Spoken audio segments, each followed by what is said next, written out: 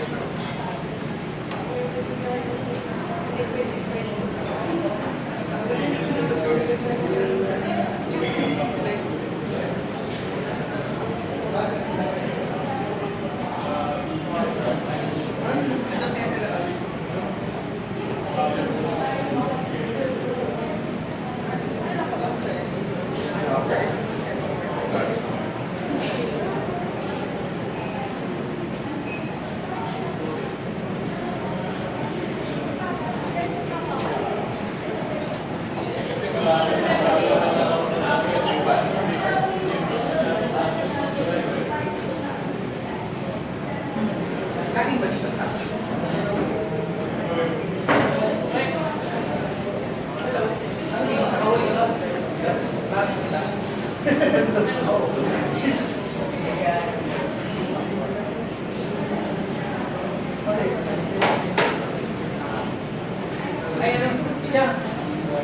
Cards, cards.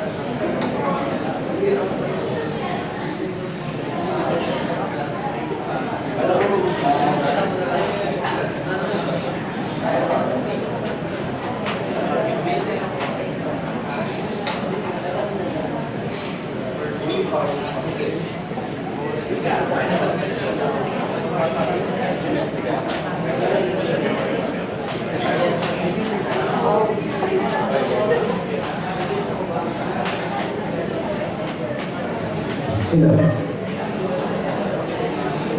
I hope that all the presenters are already inside the hall so that we can start our next session in the next 3 minutes.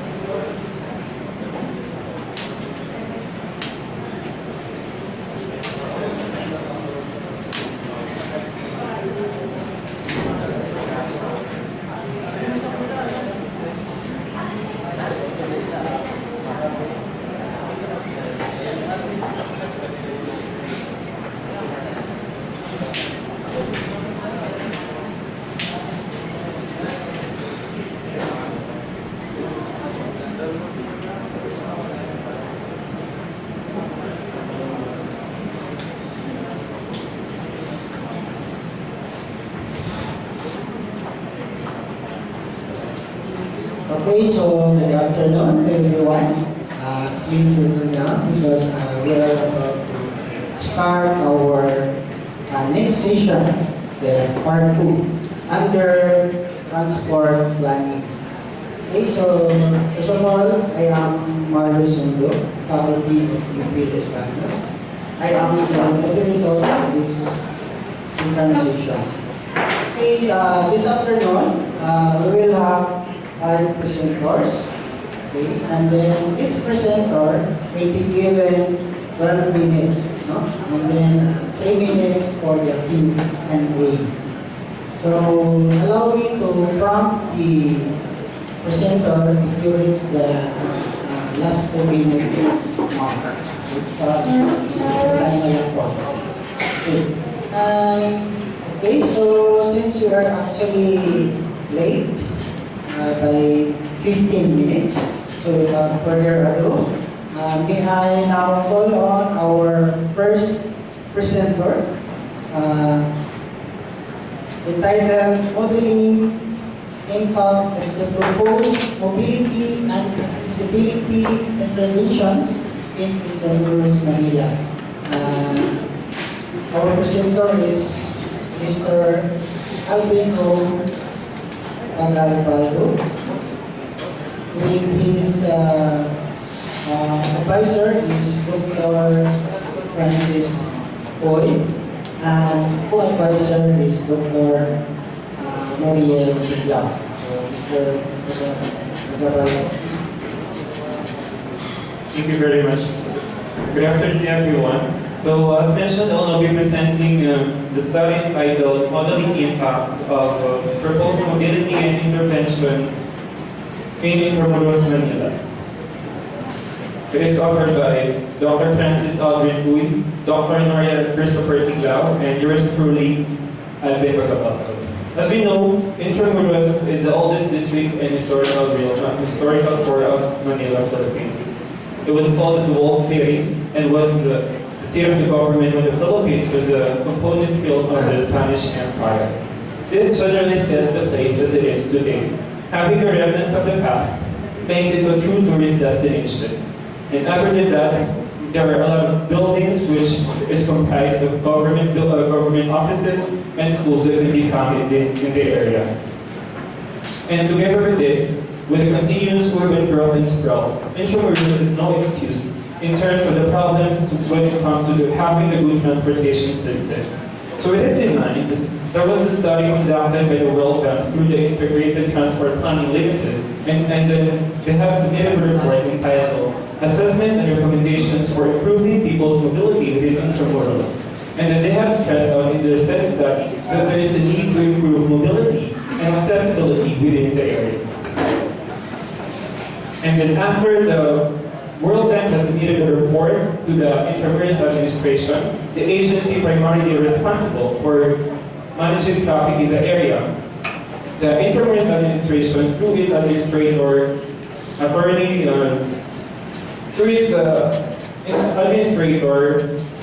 there was a signing of the memorandum of agreement between the Intramuros administration and the Mapua Institute of Technology, wherein the Mapua Institute of Technology is now an institutional private partner in the goal of achieving revitalization and remobilization of the area.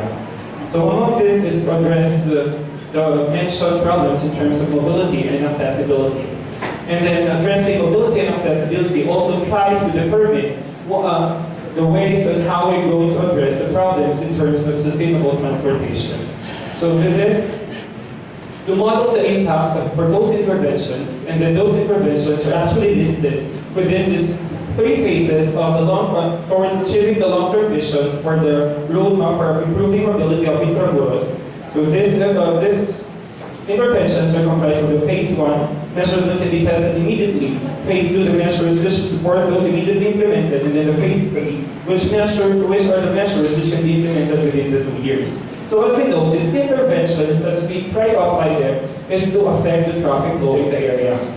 So what are expected to happen when these interventions are applied? What happens next? So this is the thing that is discovered through this study. And then the main objective primarily is to model the impacts of proposed mobility and accessibility interventions in Intramuros, Manila. The specific objectives, defining the system study, so the road vehicle and then the other road user's profile. And of course, the zonal data, which is very much needed in terms of the 4-step model. And then the baseline model development through the road network mapping, delineation of zonal areas, and then the traffic citation of intervals. And then we had the model calibration and validation, and finally, the evaluation of measures to address mobility and accessibility in the area. So the primary thing that this would address is, of course, the revitalization of intramuros by improving the mobility and accessibility. With this, tourism will also be promoted. The IDA and other stakeholders of intramuros is expected to benefit from this, as we know that simulation provides a cheaper way of experimentation. And then in terms of the future plans and policy making, this is about to bring some contributions as well. And then the residents and regular travelers, like students and people working in the area, are also expected to benefit from this study. And then, of course, finally, the researchers were pursuing studies in transportation modeling. The main focus, the evaluation of the interventions enumerated already in the World Bank study. And then for this study alone, the phase 1 and phase 3 interventions were presented or were actually evaluated through transportation modeling due to the limitations provided by the software used in the modeling, which is the Cube Voyager. And then in this study as well, the ones that is being addressed is the AM peak hour, as they've even shown in this graph. You can see that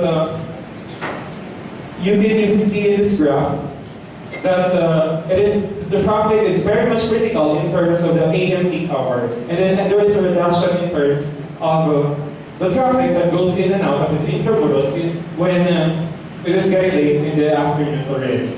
So for the methodology, here is the methodological framework. From the inputs, we have the World Bank study, the road network map of intramuros, the land use zoning, the base concept in-road inventory, and then the existing traffic count. And then for the process, of course, the delineation of the traffic analysis zones, establishment of the traffic simulation models, and then the development of trip generation, trip distribution, the model split, and then the higher assignment models, and then the road calibration and validation. And the output would be the calibrated and validated baseline models that are in the form of traffic volume maps and speed flow maps, which they have been correlated to come up with the conclusion. And then the software. So this is a GIS-based application as well. So we have utilized the ArcGIS, specifically the ArcMap version 10.2.2. And then, of course, as mentioned earlier, we are the authors system limited with the use of Cube as a transportation modeling suite. The specific tool or the specific component of Cube that was used in this was the Cube Voyager. So for the methods, the baseline modeling, so the delineation of the traffic analysis zones. So the main classification for the zones will be based on the barangay zones, and then the projected base maps were also created with the use of the ArcGIS, which has been wherein we have used WGXUTM Zone 51M for its projection. And then the attributes for each zone were also determined that were used for the modeling. And then conduct an inventory of roads, develop the 4-step model using Cube Voyager, and then conduct model calibration validation using existing traffic counts and actual site visits. And for the model calibration validation, so volume of traffic entering intramuros through the traffic count conducted versus the volume of the entering traffic in intramuros as generated by Cube has been compared to determine whether there is already a good fit in terms of the data. So the regression line and R-squared statistics is used to further validate the model. So there is to apply the interventions as enumerated in the phase 1 and phase 3. So the scenario testing was concluded after the baseline model. So in this one, we had the conversion of the one-way street. So generally, the directional flow has been changed with the models. And then there was one-way, and then changing, or there has been, if there will be some changes in terms of the flow, so it is generally being coded with the use of the traffic model as well.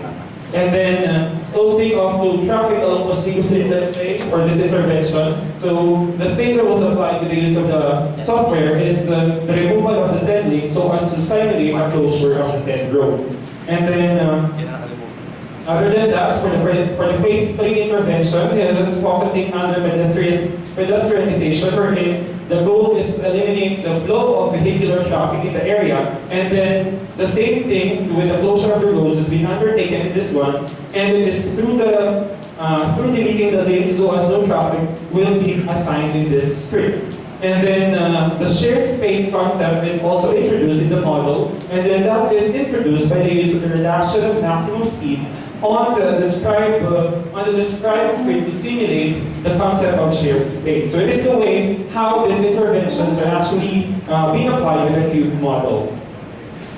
For the results and discussions, so first we had the road network map and then the zoning map, where you can see here the divisions of internal zones of intramuros, which has been adjusted based on the barangay zones of the area. And then you can see some red dots here, which represents the external zones, so as to address the question of accessibility in the area. And this will try to simulate, of course, the external trips coming from the outside of intramuros. And then the gross floor area, according to land use, you can see here that the top one where there's the land use is, of course, is zone number 2, having a total of 209,795.37 square meters of land use in terms of the church, the commercial, the educational, mixed office, and other stuff which has been used for the calculation of the trip generation model. And then we had the population, which is also used to further validate the trip generation. And in this one, there is zone number 5, which is having the highest number of population, having a total of 33,445. So this is being, this must be related to the presence of big schools such as the Mapu Institute of Technology and the LSU of the Philippines University in the area, which accounts for the very great population within the zone. And then the base scenario structure model was developed using cube, trip generation, and then the rest of the 4-step model. And then here's the result after generating the model with the use of CubeWiser. So you can see here that the most number of production is coming from zone 5, which is expected due to the number of students coming within the zone, and of course having it the second with a second in terms of the land use in terms of the area.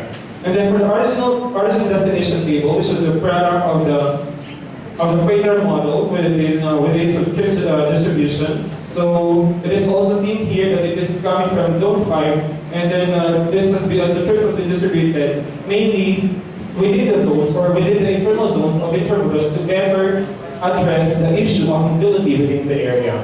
And then here's the model split. You can see in terms of the model split, as this was generated using the direct generation model by some traffic counts conducted within the area. So walking is the one that is well utilized, well with the TJ and then the cars being the third one with only 15% of the total number of percentage of usage in terms of the mode. Just 2 minutes. The model calibration validation, and then here's the result in terms of the so here's the result in terms of the traffic volume map and then the traffic speed flow map. And then the scenario testing structure in Q. And then of course, here are the scenario tests which are very much important for the correlation of the baseline and then to determine the effects of the traffic within the area.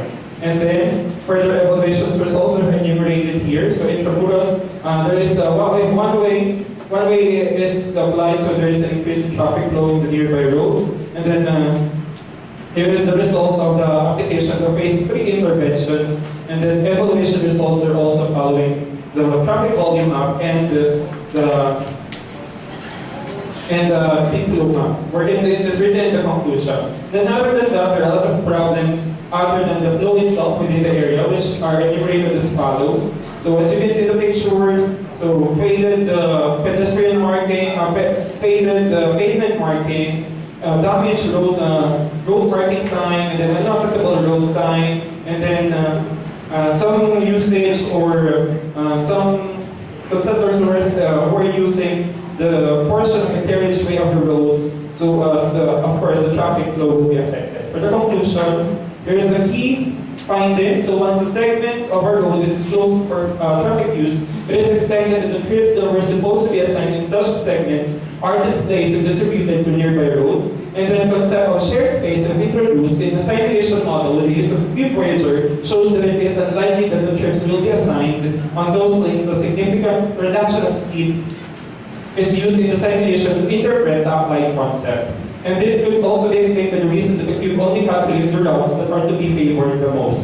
And then there are some interventions that once applied, no significant findings are seen, so the researchers revisited the site to validate such results. So actual site investigation was also part of the methodology. And then the last one, increase in the width of sidewalks in certain streets of Intramuros is highly possible. So the overall result is also rated. And then with this, the researchers are able to take advantage of the capabilities of the graphic information systems through ArcGIS and then take advantage of the computational strength, especially intended for transportation modeling through View. And one important thing, so once it is recommended the use of traffic simulation software like Cube Voyager can be adopted for use by planning agencies like the Intramuros Administration as a tool for developing policies concerning traffic management in particular. Wherein, as a matter of fact, they have not been using any software or any simulation tool for their planning. So this is a very good thing for them to use in terms of their future planning. And then once using such, they can make a comparison of the evaluation results from the models and compare it to actual results once new transportation policies are implemented. This might also be a good evaluation tool for land use planning. And then this ends my presentation. Thank you very much. Okay, thank you very much. Okay, so due to limited time, we will only allow at least 2 questions per presenter. So who will take the first question?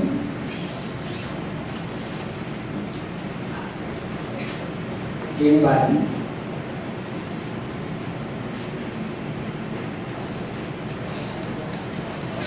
Yes, sir.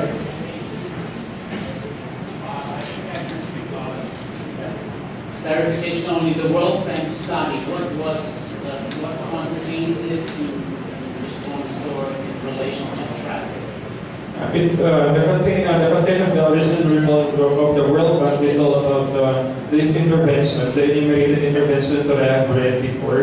And then the problem of Intramuros administration is really how to visualize what will happen if these interventions are applied. Well, yes, the interventions are already suggested in this study only addresses the modeling aspect of this intervention. Thank you for the question. Okay, any other question? One more? Okay, with none, so let's give a round of applause to Mr. Abel. Okay, our next presenter will be discussing about the design consideration of major terminal facility in Metro Manila by the group of Maria Elaine Bayuni. Their advisor is Dr. Alexis Pellon.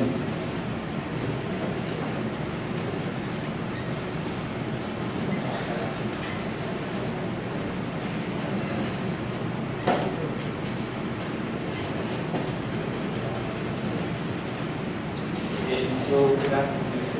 We represent the study entitled Facility. In 2012, executive order was mandated by the government to establish integrated transport terminals at the very least. And these will be located in Quezon City, Bus, and Tarlac City. Furthermore, that period, an administrative order was mandated to establish integrated transport terminals for the full implementation of the ITS project. An example of this integrated terminal is the Southwest Integrated Provincial Transport System located in the city. Now, short background is that in the 2014 GIS study was found out that the current increase in the vehicular volume will be sustained by its existing growth capacity. Further emphasize to this problem, a daily average of 30,067 buses traverses from light to the RT 60% of which are provincial buses, which have the terminals scattered within the province, which further augments the congestion in Metro Manila due to loading and unloading activities. Given this problem, we can see that there is a need for efficient transportation system for people to reach their respective destination. As such, our study mainly revolves around the problem of determining appropriate design standards for integrated and intermodal terminals. So the main objective of this study is to determine the most important design consideration. So to be able to achieve this main objective, we determine the number and frequency of schedules of the passengers and the vehicles around the area of the terminal. And then we assess the facility components available that was preferred by the passengers.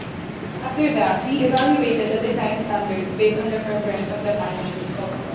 After those, we recommended an appropriate design considerations for the terminal.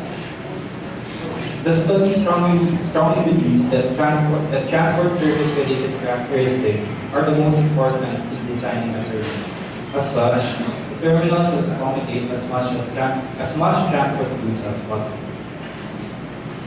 So this study mainly benefits two groups. These groups are the passengers and the private motorists and the public transport operators. These two groups share different benefits, which are the efficiency of the public transport, and then the mobility, transferability, and regulation.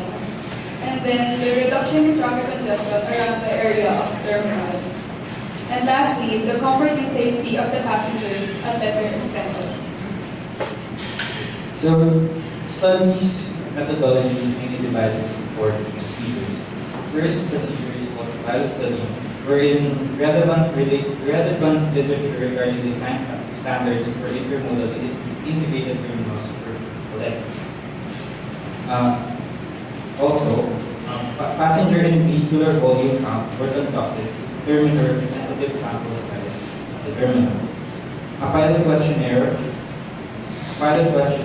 was given out to approximately 700 terminal passengers in order to gain their preferences regarding the current services offered by the terminal. This terminal that we're talking about is the self-dedicated provincial transport system. The second key procedure is called the actual study, wherein actual questionnaires regarding the passenger perspective of the design criteria, wherein 308 questionnaires were given out to a representative sample size of 380 people in the passenger's perspective of the 6 design criteria we're about to understand. Third key procedure is data analysis and interpretation, wherein qualitative raw data was processed into quantitative data by means of basic statistical analysis and factor analysis. Lastly, recommendations were also included in the study. As such, recommendations for design strategy, operations strategy, and research. So this is the topographic view of the site. And then inside the switch, we can find the provincial buses, which is located on the upper left portion of the area. The city bus, which is located on the right side of the area. The multi-cabs and the UV expresses, which is in the middle of this provincial bus and the city bus. We can now go to the pilot study. The first diagram, we can see that the peak of the passengers is every evening, and 83% of the passengers uses provincial buses, while 17% of the passengers were divided into three, which are the city bus, multi-cab, and UV expresses. 9% of the passengers uses city bus, while 7% of the passengers uses multi-cab, and only 1% of the overall passengers uses UV expresses. And then the second diagram focuses on the volume of the vehicles. The peak of the volume vehicles is every morning. 32% of the vehicles are provincial buses, while the 68% of the vehicles is distributed into three, which are the city bus that has 59% of the overall vehicles. The 8% of the overall vehicles is the multi-cabs, while 1% is the UV Express. We conducted a survey questionnaire wherein we obtained the general information of 700 respondents. So, for the gender, there is an almost equal amount of female-male percentage, which is 44 and 42%, wherein 248 or majority are coming from the age group of 18 to 24, followed by 24 years old. They were hesitant to share their monthly income or allowance. As for their place of origin, mostly come from Metro Manila, and as per the place of destination, mostly go to the province of NCTS. The most used mode of vehicle is the bus, both going to and going out of the terminal. So, majority also use the terminal daily and mostly for work purposes. The waiting time length range from 20 to 40 minutes, and the travel time ranges from 1 hour to 1.5 hours. So for we also obtained the rating of the respondents regarding the current services offered by the terminal, wherein operation and management obtained the lowest rating, saying that security and safety were not much offered inside the terminal, and transport has the highest rating, wherein the respondents said that there were enough routes and destinations offered by the terminal. So for the actual study, we used SPSS as factor analysis to analyze the second part of our survey questionnaire. So this free plot from the preliminary data screening showed that there should only be 2 factors considered. Or saying SPSS we have only 2 factors. The correlation matrix shows that the values are significant enough. So for factor 1, 34.5% explains factor 1, while 8.9% explains factor 2. Factor 1 includes accessibility and transport, while the rest, such as availability of modes, transferability, facilities and amenities, and operation and management, belongs to factor 2. So lastly, for the ranking of the design criteria, accessibility was deemed as the most important, while transferability was the least important. So for our findings, we found out that there were enough routes and destinations offered by the terminal. Next is that the safety and security of the passengers was a concern, and therefore it needs to be improved. And having more routes and destinations to and from the terminal is an important concern of the passengers. Lastly, the most important design factor from the passengers is the transport routes. We can now go to the design recommendations per factor. For the accessibility, we recommend a pick-up and drop-off points for the private vehicles. We also recommend a pedestrian and disabled-friendly facilities. For the availability of modes, MRT and LRT should be integrated, as well as the taxi services should be added. For the facilities and amenities, parking facilities for the private vehicles should be available, and additional retail and commercial stores should be added, should be improved for the passengers. For the operation and management, external or internal traffic management is also recommended, as well as fixing the schedule of the public transport vehicles. So for the transferability, the directional signboards of the loading and unloading should be improved, as well as the vehicular transfer facilities. So for the most important design factor that was chosen by the passengers, the transport route, we recommended an expansion for route for the coverage of the provincial bound and the city-bound vehicles.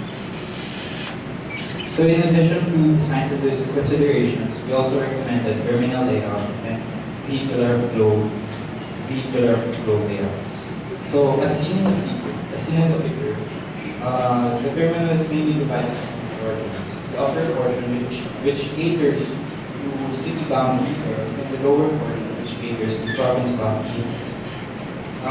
The terminal building serves as a region or an exchange corridor between passengers to and from Manila and the provinces. Now, the recommended layout has a purpose of minimizing traffic flow contact between provincial vehicles and urban vehicles. As seen in the next figure, provincial bound vehicle flow, provincial buses mainly utilize the southern portion of the terminal in order for its mobility to be efficient. Its egress points are strategically located near the expressway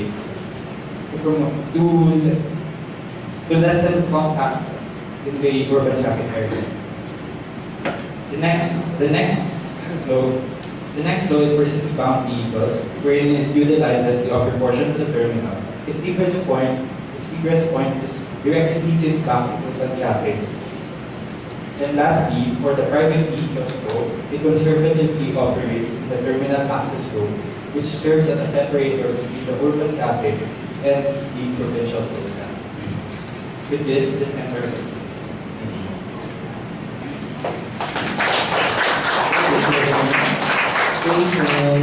Any question from the floor? Clarification or comments?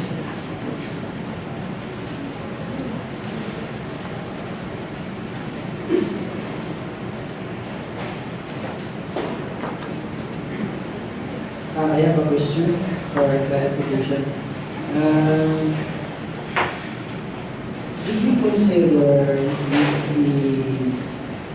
the time lost if we implement the integrated terminal system, the time loss of transferring from provincial bus to city bus in your analysis? For our analysis, we did not consider although transferability is part of the design criteria, we are already assuming that if we follow the recommendations and transferability, the design transferability, we could assume an efficient transfer would be, for example, provincial bus. The transfer time, if we assume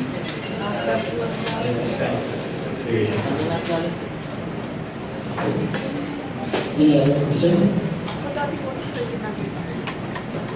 Okay, so please state your name and affiliation before saying your question.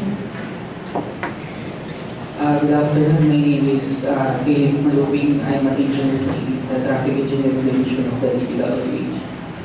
Basically, what you have considered in your study is a localized traffic management in the area. So basically, we consider the ingress and the egress portions of the terminals, and we are also introducing somehow little intersections with respect with the national or the major roads in the periphery of the terminal facility.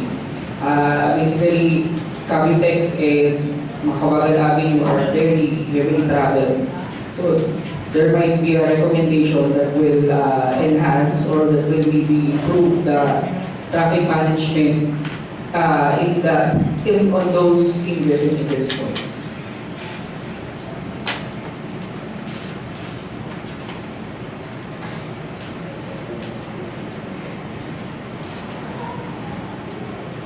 I think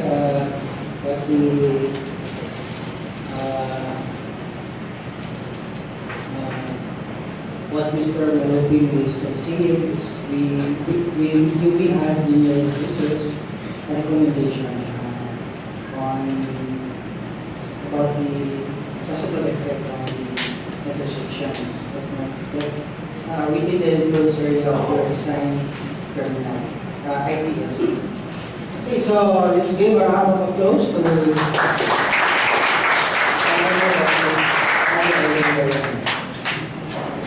our third person